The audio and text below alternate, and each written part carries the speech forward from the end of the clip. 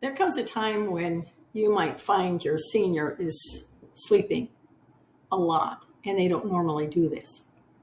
And the clock in the living room is reading 11:30 in the morning and your parent is still in bed under the covers, fast asleep, right? In their dark room. They haven't even gotten up yet. Or when they do finally shuffle into the kitchen, they eat 2 slow bites of toast. They might mumble a few words and then they head straight to the sofa. And you look, and at 2 o'clock in the afternoon, they're still sleeping now, but on the sofa. They've slept all morning, they've slept all afternoon in front of the TV, and you're trying to figure out what is really going on here. Are they having a slow day? Do they require more rest as an older adult? Accepting that explanation allows you to ignore the panic that you're going to feel because they shouldn't be sleeping that much. But deep down, you know that this isn't really normal. A parent who used to garden, wake up early, talk on the phone, read, is now spending all their daylight hours unconscious in front of a TV. And when you ask them how they feel, they're just going to say, I'm fine, I'm just a little tired. Well, hi, I'm Suzanne Fasella, retired physician assistant and senior care strategist. And I show exhausted caregivers how to break out of this constant crisis management and step into confident leadership, protecting the senior you love without completely losing your own life in the process, because you don't need to worry. Excessive daily sleeping is a major physical warning sign that something inside the body has changed. Normalizing severe senior lethargy because you want to avoid maybe an argument or a trip to the emergency room, it's not going to work.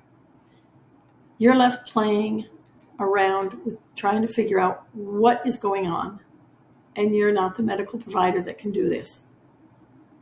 Before you can spot the emergency change, you have to understand what normal sleep patterns are for seniors, what it actually looks like.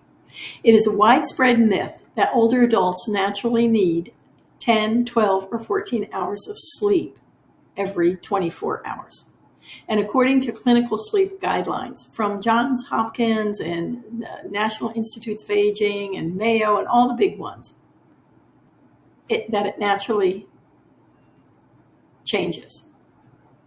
And actually, their total necessarily daily sleep requirement, or daily sleep, I say sleep every 24 hours, remains the same, around 7 to 8 hours, just like you're supposed to get now. So if your parent is napping all the time, their brain is reacting to an unmet medical need, a systemic chemical imbalance, or an acute physical threat. Accepting their fatigue as normal aging closes the door on a treatable, completely reversible medical condition. Before we look at the specific medical reasons behind this kind of exhaustion, take a second to hit that subscribe button, give the video a thumbs up, and share it. When you do this, YouTube will send it out to other family caregivers who may be struggling with the same thing, and they'll get to see it'll show up when they click sleep problems. Because your parent will not tell you when they are struggling internally, you must evaluate the objective data for 5 specific medical causes. Number 1 is the quiet threat of a urinary tract infection. In younger bodies, a urinary tract infection triggers clear pain and a high fever. But in an older adult, the urinary tract infection frequently bypasses the bladder entirely and attacks the nervous system. Virtually overnight, an active senior can become deeply lethargic and sleep all day. This is often one of the first silent warning signs before the infection spreads to the bloodstream. Now, reason number 2, adverse medication interactions, something your doctor always should check. Seniors experience severe drug toxicities from standard pills that accumulate in their aging livers and kidneys. So people would come in the office and say, well, I've been on that medication forever. Yeah, it's accumulated now. Now it's going to start to show side effects. I never had that problem before. I've been on this medication forever. Oh, now it's accumulated in your liver or your kidneys. So over-the-counter allergy pills, prescription muscle relaxers, blood pressure drugs can all leave the older adult permanently sedated. We don't want them there. Reason number 3, hidden life depression, and social isolation.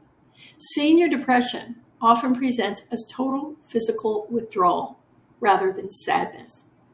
They stop going out, they stop having fun, they stop engaging with their friends or doing the things they used to do.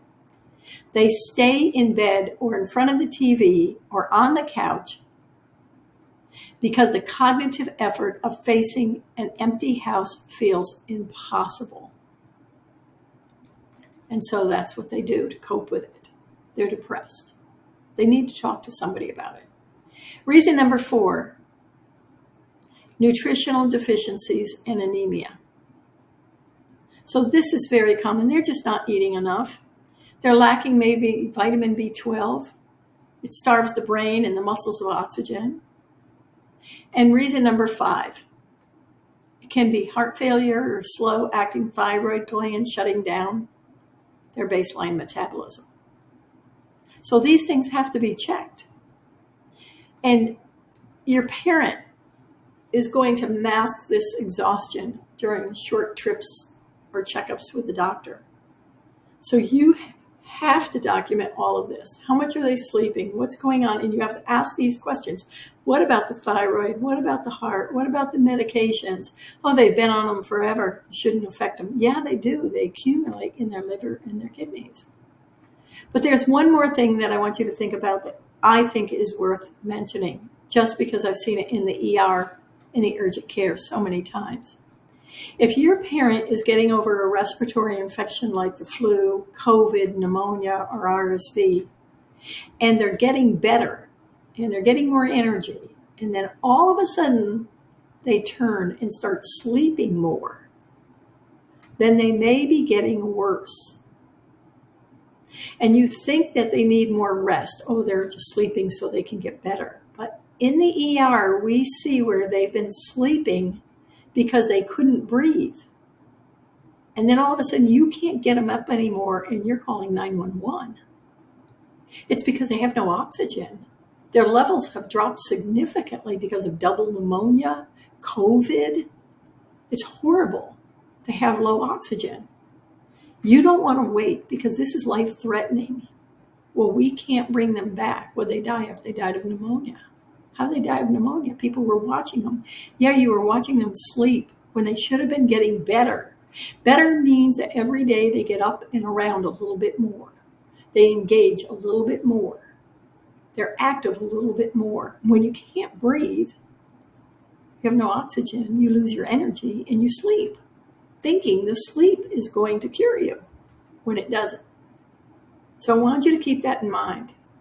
So do not let brief moments of indecision override your consistent real-world data.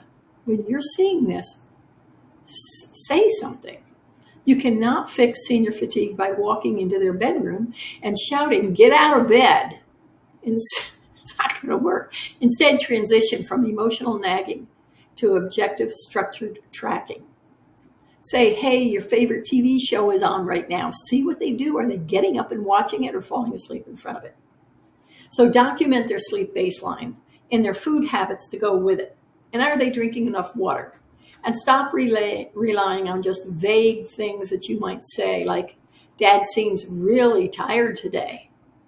Keep an eye out on them and see how much they are sleeping so you don't have to dial that 911. And additionally, do a silent audit of their kitchen and keep account on how many meals they're actually eating every day. Check for the protein.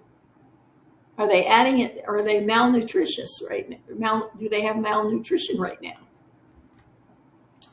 These are things you watch for. And these are the guardrails that you put up, because when you have a standard, I guess it's a standard steady care plan is what I call it, senior care plan. It's a standard. It's a protocol for you and your senior. It's personalized. It's customized. And it says, here are the things that we have to act on. Here are the things that cannot go sideways.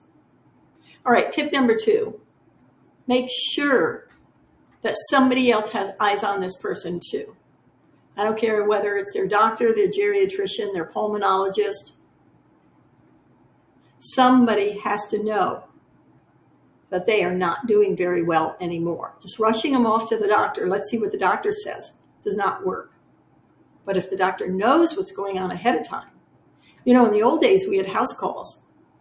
And in house calls, we could walk into a person's home and we knew exactly what was going on. We could see, smell, hear all the things that were going on in the house. So you got to be that person. You got to be eyes on that senior. And you got to get that information to the person who's going to start looking for the reasons why they're sleeping so much. All right? So you want to see, are they ordering the blood panels, the urine screens? Are they doing medication reviews and things like that? So make sure they check these. Make sure they check for depression, sleep apnea, respiratory problems they may have. So I want you to stop nagging your parent. And I want you to start keeping a sleep log, especially when it's changed. Leave a comment right below this video. Let me know. Is your parent spending most of the day sleeping? Have they had a sudden drop in their physical stamina lately? Let's map out a care strategy together for them. What do we need to change? You cannot hold your parents, together with sheer willpower. You have to have a plan. You have to keep watch on them. Because if you don't, it's going to fracture your marriage. It's going to empty your bank account. It's going to destroy your own life when you could have fixed this.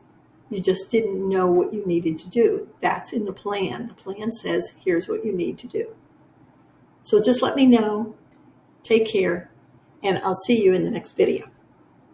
Oh, and don't forget to get the 75 most common senior care problems families face every day. Because I've seen all of these, and click and get it. It's free. It's very interesting. And it also lets you know that you're not alone. So I think that's very important. So take care, and we'll talk soon. Bye-bye.